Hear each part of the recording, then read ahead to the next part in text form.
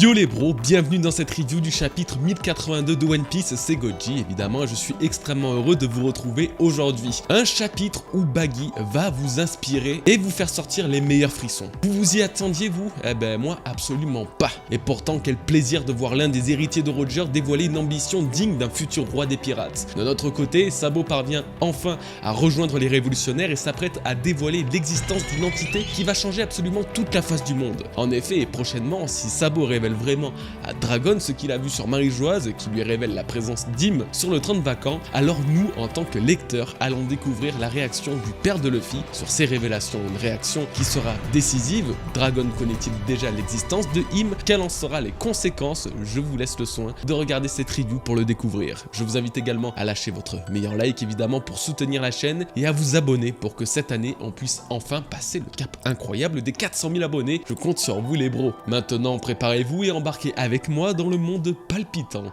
de One Piece.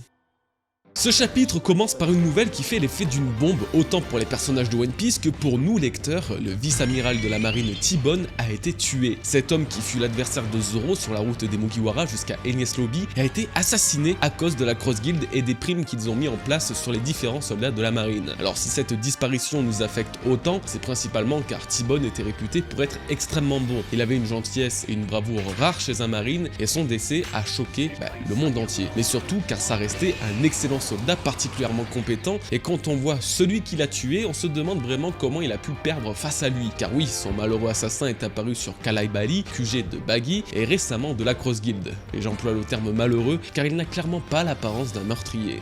C'est clairement là le problème. Ce mec a vraiment réussi à tuer T-Bone, un vice-amiral? Que s'est-il vraiment passé? J'ai sincèrement pensé au début de ma lecture que c'était un plan monté de toutes pièces, que T-Bone s'est fait passer pour mort, mais j'en vois strictement pas l'utilité. Enfin, oui et non. Étant donné que tout s'est passé hors screen, nous ne sommes pas en mesure d'expliquer la mort de T-Bone. Par contre, en connaissant un peu le bonhomme, on pourrait effectivement suggérer qu'il se soit sacrifié volontairement. Je vous le disais à l'instant, ce marine est d'une rare bravoure. Un petit peu trop même, on va pas se le cacher, au point où lors de son introduction, il se disait être prêt à mourir pour la bonne cause avant même de connaître l'origine du problème en question. C'est un petit peu extrême. Et si finalement c'était ce qu'il avait fait pour ce civil? Si T-Bone avait tout simplement été touché par la misère qui frappait cet homme et sa famille et s'est laissé mourir pour qu'il touche sa récompense. J'avoue, ça me paraît extrême encore une fois, mais c'est la seule justification que nous pouvons avoir pour le moment, car un vice-amiral ne peut décemment pas se faire tuer par un civil affamé et sans compétences particulières. Et le fait que ce soit T-Bone la victime nous conforte davantage dans l'idée qu'il fut capable de se sacrifier pour la bonne cause. En tout cas, nous retrouvons à nouveau la notion de faim et de famine, faisant souffrir le monde entier, une chose que Luffy ne voulait plus sur Wano Kuni et plus précisément un mal qu'il a souhaité éradiquer dans sa forme Nika.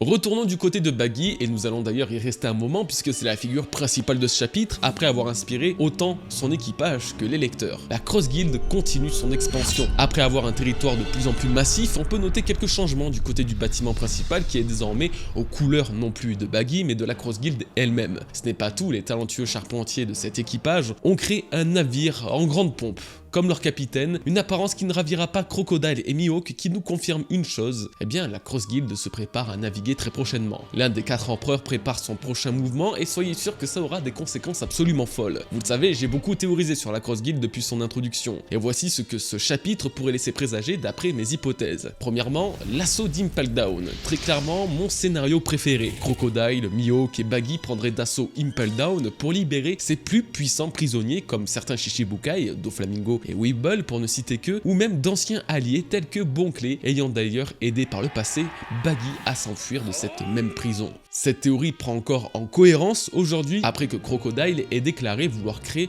un puissant état militaire, le retour de son projet Utopia. On comprend alors qu'ils semblent eux aussi, et tout comme Barbe Noire récemment avec son projet de devenir roi, de vouloir être reconnu officiellement aux yeux de la marine et du gouvernement. Encore une fois, on se rapproche pas mal de mon idée globale de ce que serait la Cross Guild, un équipage de pirates absolument massif, ayant sous son drapeau de nombreux corsaires renommés tels que certains Shichibukai et de puissants pirates. Finalement, et avec du recul, on en revient au concept d'une terre de brigands dirigée autrefois par le géant Oz. Or cette fois-ci, ça serait une espèce de terre de pirates. Stylé, hein. Reste à savoir s'ils vont désormais et à nouveau s'intéresser aux armes antiques, comme l'avait fait Crocodile sur Alabasta. D'après ses mots à Luffy à Impel Down justement, il disait ne plus en être intéressé, mais j'ai du mal à y croire vu la volonté de pouvoir et de puissance qu'il exprime et recherche aujourd'hui. Deuxièmement, l'assaut sur Egghead. Et oui, on aurait presque oublié l'existence des Mugiwara avec ces derniers chapitres. Ça fait un bon mois qu'on ne les a pas vus, les chapitres sont orientés vers les autres empereurs et très clairement on va pas s'en plaindre, c'est un plaisir. Mais il va bien falloir retourner sur l'île de la science très bientôt, car n'oubliez pas que les conséquences des événements qui y sont en cours vont changer la face du monde. L'une de mes théories était alors que la Cross Guild débarquerait sur Egghead prochainement. Alors comment et pourquoi? Comment? Eh bien on a la réponse, ils ont aujourd'hui leur bateau. Au moins ça c'est fait. Pourquoi? Eh bien ça c'est très simple. Tout d'abord, on pourrait se baser sur une espèce de foreshadowing qu'Oda aurait mis en place. Après leur départ de Wano Kuni, les 3 supernovas à 3 milliards de berries chacun ont pris une route qui leur est propre. Or, 2 d'entre eux ont croisé et affronté un empereur. Law avec Teach et Kid avec Shanks. Bien que Luffy soit lui-même un empereur, je me suis dit qu'Oda lui ferait peut-être rencontrer le dernier d'entre eux, dernier empereur restant, Baggy le Clown, faisant ainsi la suite parfaite. Sauf que voilà, Luffy lui est sur Egghead et pour rencontrer Baggy, il faudrait que ce dernier s'y rende. Là où cette théorie devient intéressante, c'est que Luffy lance un assaut sans précédent face à la marine. Non, attendez, je recommence. Luffy lance un assaut face à l'un des plus grands rassemblements de marines de toute l'histoire de One Piece. Et les marines, ils ont un lien avec la Cross Guild, comme on a pu le voir plus tôt puisqu'ils sont chassés par ces derniers. L'idée serait alors que la rencontre entre Baggy et Luffy soit un moyen de contre-attaquer le gigantesque Buster Call qui se prépare autour d'Egghead. Surtout qu'en argument supplémentaire et à prendre en compte, Morgan Big News a fait un journal spécial indiquant que Luffy a attaqué Egghead et qu'il se livre à une guerre totale contre la marine. Ce journal pourrait alors venir prochainement aux oreilles de Baggy qui profiterait de ce chaos à la fois pour tenter de porter un coup à la marine mais aussi à un adversaire Yonko, Luffy. Il fera alors d'une pierre deux coups pour vaincre ses plus puissants adversaires, enfin ça c'est en théorie car Luffy et Baggy ont un lien assez spécial finalement. Baggy finit toujours par apporter quelque chose de positif à Luffy, donc les Mugiwara ne chuteront pas face à la Cross Guild, et évidemment. Bon, voilà ce que m'a déjà inspiré simplement le bateau de la Cross Guild. J'imagine que ça doit se voir que je suis hypé par cet équipage. Il faut dire que ce n'est ni le charisme ni les ambitions qui leur manquent, et plus étonnant encore, c'est Baggy qui en a le plus à revendre. En effet, ce chapitre est axé sur la détermination sans faille de ce nouvel empereur. Quand bien même après avoir été humilié par ses pairs, une flamme brûle toujours au fond de lui, et elle semble bien plus ardente que n'importe quel autre membre de la Cross Guild. Baggy nous est entièrement dévoilé dans ce chapitre, plus qu'il ne l'a jamais été. Chacune de ses facettes nous a été jetée au visage comme si l'auteur venait de faire un résumé de 25 ans d'écriture en quelques pages. D'abord sa faiblesse physique face aux 2 monstres que sont Crocodile et Mihawk, ensuite sa faiblesse psychologique, lorsque l'on apprend qu'il a abandonné son véritable rêve, voilà qu'il met désormais en avant son exubérante confiance en lui et le culot qui le caractérise tant, avec un succès immédiat et retentissant. Dans One Piece, ça a rarement été autant un chapitre aussi parfait pour un personnage que ne l'a été le 1082 avec Baggy. Il nous a fait rire, il nous a dévoilé une facette qu'on ne connaissait pas, mais surtout il nous a fait frissonner. Enfin rassurez-moi, ça a été le cas pour vous tous, parce que moi perso j'ai été conquis. Et oui, c'est à son tour de clamer haut et fort son désir de devenir roi des pirates, son désir d'atteindre le One Piece. On peut aujourd'hui plus que jamais considérer Baggy comme un véritable Yonko. Comme vous pouvez le voir, Baggy a su me toucher avec ses ambitions. Ce chapitre a été révélateur de beaucoup de choses, notamment le flashback du jour de l'exécution de Roger. C'était au chapitre 434, pendant la discussion entre Shanks et Barbe Blanche. Aujourd'hui, nous pouvons connaître le contexte, en particulier du point de vue de Baggy, qui nous révèle avoir toujours admiré Shanks. Et oui, en l'opposition à l'espèce de rivalité fraternelle qu'ils avaient, un profond respect s'est fait ressentir. Plus encore, c'était un rêve auquel Baggy a renoncé pour le laisser à Shanks qui brillait bien plus qu'il ne le pourrait jamais. On peut déjà alors se poser 5 minutes et essayer de comprendre ce flashback, notamment l'étrange décision de Shanks de ne pas courir après le One Piece finalement. Il y a énormément de possibilités, mais je pense qu'en partant dans la simplicité absolue du scénario, ce choix de Shanks a comme origine cette scène du chapitre 968. Roger revient de l'Aftel, Shanks ne s'y est pas rendu, lui pose une question, finit en larmes avec la réponse. C'est quand même un contraste assez violent vis-à-vis de la réaction de Roger et son équipage riant aux larmes de joie en découvrant l'histoire laissée par Joy Boy. Toujours dans la simplicité absolue, on pourrait alors imaginer que Roger a découvert que ce n'était pas lui que le monde attendait, tout simplement car il n'est pas Joy Boy, et que ce Joy Boy allait se manifester 25 ans plus tard sur Wano Kuni. C'est Oden qui nous le fait comprendre, et on parle évidemment de Luffy et de Nika. Bref, aller sur l'Aftel sans être Joy Boy, c'est comme un panneau solaire en pleine nuit. Question d'utilité, c'est pas franchement ça. Shanks aurait donc compris ça, aurait subi une forme de déception et aurait mis de côté son rêve de roi des pirates, tout comme Baggy finalement. Sauf que contrairement à ce dernier, Shanks sait pertinemment que ce n'est pas à lui de marcher dans les pas de Roger, mais un certain garçon d'une certaine île d'East-Blue. La quête du pirate aux cheveux rouges aurait alors changé de devenir roi des pirates à faire de ce garçon le futur roi des pirates. On parle évidemment de Monkey D. Luffy et son fruit du démon antique. Pour résumer assez simplement cette histoire, si le vrai sens du One Piece pouvait être accessible à tout le monde, alors Shanks avait totalement le potentiel de suivre la route de Roger, et il aurait sans doute pris la mer en direction de Laftel. Mais la réalité est différente et malgré son désir profond d'aller sur Laftel, Shanks a changé d'avis, s'inclinant face au seul vrai roi. Ce n'est d'ailleurs pas pour rien qu'il lui a remis le symbole ultime qu'est le chapeau de paille, un héritage qui se veut être particulièrement ancré dans l'histoire à en juger la présence de son modèle XXL sur Marie-Joise. Celui que Roger attend après avoir découvert la véritable histoire, c'est une personne bien spécifique, comme Barbe Blanche nous l'a fait comprendre, et après 1082 chapitres, l'identité de cet homme n'est plus vraiment un mystère. Mais ça, c'est le scénario facile. Trop facile même, et je sais pertinemment que même si ces grandes lignes peuvent être plus ou moins précises, Oda nous prépare quelque chose de bien particulier. En tout cas, et à propos du One Piece, il est évident que Shanks sait quelque chose que Baggy ne sait pas, et c'est ça qui fait la différence dans leur mentalité. C'est pour ça que Shanks a abandonné son désir de devenir roi des pirates, tandis que Baggy continue de courir après. Regardez parmi les 4 empereurs actuels, que ce soit Baggy, Luffy ou Teach, c'est leur but, leur désir, leur rêve. Pourtant, Shanks lui exprime un sentiment différent vis-à-vis du One Piece. Il dit vouloir s'en emparer, ce qui est très différent de tous les autres. Il ne semble tout simplement pas vouloir devenir roi des pirates. Bref, beaucoup de mystères et j'ai très hâte de revoir de futures interactions entre Baggy et Shanks maintenant qu'ils sont sur un pied d'égalité, et peut-être même les voir un jour aller sur Laftel tous les deux comme ils l'ont mentionné au chapitre 967. En tout cas, une chose est sûre, si Baggy continue comme ça, il atteindra le One Piece avant tout le monde. Lui qui subit une évolution similaire à Luffy en parallèle à ce dernier, a déclaré haut et fort vouloir récupérer le One Piece dans une scène qui est à mon sens absolument extraordinaire, attisant la flamme dans le cœur des pirates, exactement comme son capitaine l'a fait il y a 24 ans, à sa mort. Pourtant, ce n'est pas une première chez Baggy. En effet, en sortant d'Impel Down, il avait tenu un discours similaire à ses sbires, récemment recrutés, en clamant son intention de conquérir le monde. Oui, car il semble que ce soit le véritable objectif du clone aux 1000 pièces, peut-être un énième foreshadow d'Eiichiro Oda, comme vous allez très vite le constater. En effet, alors qu'il est rêvassé, il espérait devenir Yonko, et par la suite roi des pirates, pour finir par vouloir conquérir le monde. Aujourd'hui, il est bel et bien devenu Yonko, il est désormais dans la course pour être roi des pirates, et tout porte à croire qu'il pourra devenir à un moment ou l'autre, eh bien le roi du monde. Il faut effectivement oser l'imaginer, oui. Si tous les personnages devront avoir un rôle à la fin de One Piece, Luffy sera le roi des pirates, les révolutionnaires auront peut-être remplacé le gouvernement mondial des Tenryubito, et le roi du monde sera alors remplacé par Baggy qui aurait obtenu toutes les richesses dont il rêve tant. Attention, Baggy ne sera jamais une figure maléfique. Il a beau avoir été introduit comme un antagoniste et continuer à tenir ce rôle, lui, il n'a que des rêves de richesse et de pouvoir. Pas d'esclavagisme, pas de règne de la terreur. Baggy, c'est juste un pirate par excellence qui n'est qu'en quête de tous les trésors du monde. C'est vraiment l'archétype même de l'aventurier des mers, et comme il explique dans ce chapitre, le destin lui sourit étrangement, alors il doit en profiter, et à mon avis il a parfaitement raison, car il est bien le seul avec Luffy à avoir autant les faveurs des cieux. Au chapitre 551, il pense carrément que cette puissance divine l'aide à devenir le roi des pirates, et il n'a absolument pas tort. Ce chapitre et tous les autres depuis la fin de Wano nous prouvent qu'Oda ne joue pas avec Baggy, et que chacun de nous doit le prendre avec le plus grand des sérieux, car il sera sûrement un roi d'envergure mondiale. Et ça, il le doit à son talent inné et caché pour attirer les gens autour de lui. Ce même pouvoir que Mihawk considère comme le plus puissant des océans se retrouve ironiquement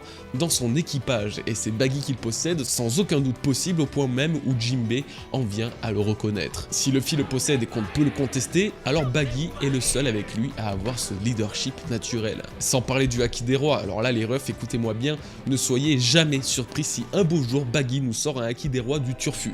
Il coche beaucoup trop de cases pour ça. Bref, j'ai aimé ce chapitre, j'ai aimé Baggy et j'espère vraiment qu'on le verra davantage s'affirmer et prendre confiance comme il a fait aux deux monstres que sont Mihawk et Crocodile. Les running gags dans One Piece sont très drôles, mais ils le sont encore plus lorsqu'ils arrivent à trouver un bon équilibre.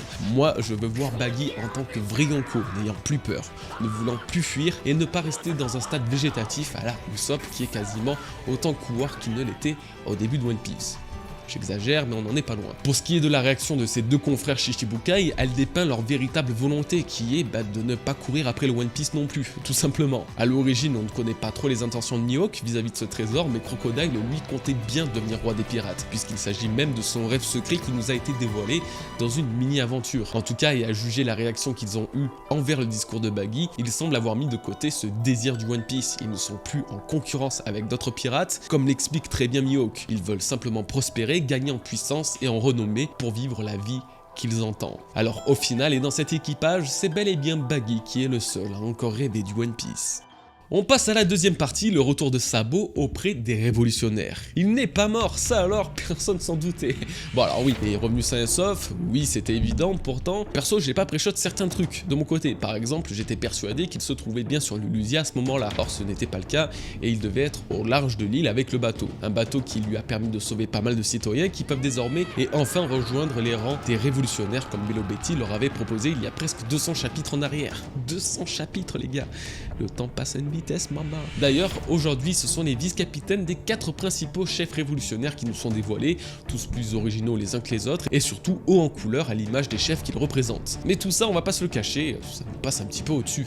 Hein, enfin, perso, ça m'intéresse pas des masses. En effet, la fin du chapitre nous montre l'entretien de Sabo avec Dragon et Ivankov au sujet de la rêverie et de ce qui s'est véritablement passé là-bas, sur Marie-Joise. Bien sûr, frustration oblige, rien ne nous sera dit et il faudra attendre la semaine prochaine, ou dans 2 semaines, ou dans 3 semaines, ou dans 1 mois, bref, quel enfer. Or, on peut se douter des sujets que Sabo va aborder, alors tentons de les analyser. Tout d'abord et évidemment, l'assassinat de Cobra. C'est Sabo qui en serait le principal suspect d'après les révélations officielles, et on sait évidemment que c'est faux, sauf s'il a subi une quelconque forme de manipulation mentale. Il va alors devoir s'expliquer à Dragon pourquoi ce n'est pas lui, mais surtout lui révéler qui a fait une telle chose, car rappelons-le, Sabo a tout vu. Ensuite, il y a eu la tentative d'assassinat de San Carlos, l'un des Tenryubito les plus connus des lecteurs, et le coupable a réussi à prendre la fuite grâce à Myosgard, membre de la famille Don Quichotte, sauveur de Shirahoshi. À ce qu'il paraît, Sabo serait également le responsable de ces événements. Alors si déjà nous pouvons faire un point que ce soit Cobra ou même Carlos, Sabo n'avait aucune raison de faire couler le sang, c'était pas le but, on peut lui faire confiance là-dessus. Même la tentative d'assassinat envers le Tenryubito ne doit pas vraiment en être une, cependant si Myosgard a aidé le suspect à s'enfuir, il est bien possible que ce soit relié à Sabo ou à Vivi. Il faut cependant ne pas oublier Weapon, qui semble avoir eu un rôle important dans cette rêverie, déjà en ayant eu des informations qui n'étaient pas connues du grand public et qu'il a désiré transmettre à Morgan, et justement parce qu'on le retrouve avec Morgan et Vivi plusieurs dizaines de chapitres plus tard. À tout moment, c'est lui qui était à l'origine de la pseudo-tentative d'assassinat sur Carlos. Bref, le point principal et important de toute cette histoire, c'est le secret qui a provoqué la destruction de Lulusia les refs. Rappelez-vous au chapitre 1060, lorsque Sabo communiquait avec Dragon, tentant tant bien que mal de leur révéler ce qu'il a vu sur Marie-Joise, il n'a pas eu le temps de finir sa phrase qu'un gigantesque déluge de feu s'est abattu sur l'île, coupant la transmission et éradiquant la Terre. Tout simplement. Des mots qu'il a prononcés avant cela, on peut comprendre que Sabo a vu quelque chose qu'il n'aurait pas dû voir. Comme il explique, sur le trône vide du château de Pangée, là où aucun roi du monde n'est censé siéger, il y avait quelqu'un. Cette personne, on sait qui c'est, puisque nous aussi avons vécu ce choc plus d'une centaine de chapitres plus tôt. Sabo a vu de ses propres yeux l'existence du roi du monde, l'existence de Im, expliquant ainsi pourquoi cette entité supérieure a mis tous les moyens en œuvre pour tenter de l'abattre, allant même jusqu'à détruire une île entière. Ok, alors la suite logique, si on résume, c'est que la fin du chapitre 1082 et l'entretien avec Dragon va permettre à Sabo de lui révéler cette information qui aurait pu lui coûter la vie il y a de ça quelques chapitres. Et ça va changer l'intégralité de One Piece. Effectivement, suite à cela, nous allons peut-être découvrir le véritable sens de l'armée révolutionnaire, le véritable sens de sa création, ses origines. Tout simplement car 2 scénarios s'offrent à nous et à Dragon. Soit il va découvrir, suite aux révélations de Sabo, l'existence d'un roi du monde, l'existence de Im, soit, eh bien, il la connaît déjà. C'est en effet ce que je pense et ce que j'espère au fond de moi, qu'une partie de la création des révolutionnaires de Dragon soit inspirée par l'existence de Im, dont il a pu découvrir le véritable rôle de roi du monde par le passé. Ainsi, et si c'est véritablement le cas, alors Dragon devra expliquer le vrai sens de son combat, celui de renverser les dragons célestes, certes, mais aussi et surtout de renverser Imu, qui représente pour lui l'antagoniste final du combat qu'il mène. 24 ans après son apparition, nous découvrirons enfin pourquoi Dragon se bat et par quoi et par qui il a été motivé à changer changer le monde aussi radicalement. Mais surtout, quel est son lien avec les dragons célestes? Car comme l'expliquent les révolutionnaires, ce n'est pas le gouvernement mondial qu'ils veulent détruire, mais bien l'aspect divin et intouchable des dragons célestes qui règnent sur le monde. Si tel est le cas, alors ça peut laisser sous-entendre que Dragon a eu affaire directement avec eux, a subi un incident ou un traumatisme par des dragons célestes, ce qui inclut Im. Le vrai rôle de Dragon serait de défaire Im, de vaincre l'actuel roi du monde dont il a découvert l'existence sur Marie-Joise il y a de cela plusieurs années. Rendez-vous compte alors que dans les prochains chapitres, nous pourrions peut-être découvrir l'origine des révolutionnaires, l'origine de leur histoire et de celle de Dragon grâce aux révélations de Sabo à propos de Im. Il faut réaliser que le monde est en train de changer et tous les plus grands de ce monde sont en train de bouger. Barbe Noire récupère les Road Poneglyphs, Shanks se prépare à la guerre finale, Luffy continue son ascension, Baggy révèle enfin son désir de prendre le One Piece. Absolument tout le monde s'engage dans l'arc final de One Piece, tous sauf les révolutionnaires. À part la libération de Kuma, ils sont actuellement en stand-by et ce sont les derniers que l'on attend, ce sont les prochains qui devront passer à l'action. La révélation de Im, son existence et son pouvoir sera l'occasion pour Dragon d'expliquer le vrai sens de l'armée révolutionnaire et leur but ultime qui sera de vaincre et faire chuter le roi absolu du monde siégeant dans la Terre Sainte de Marie-Joise.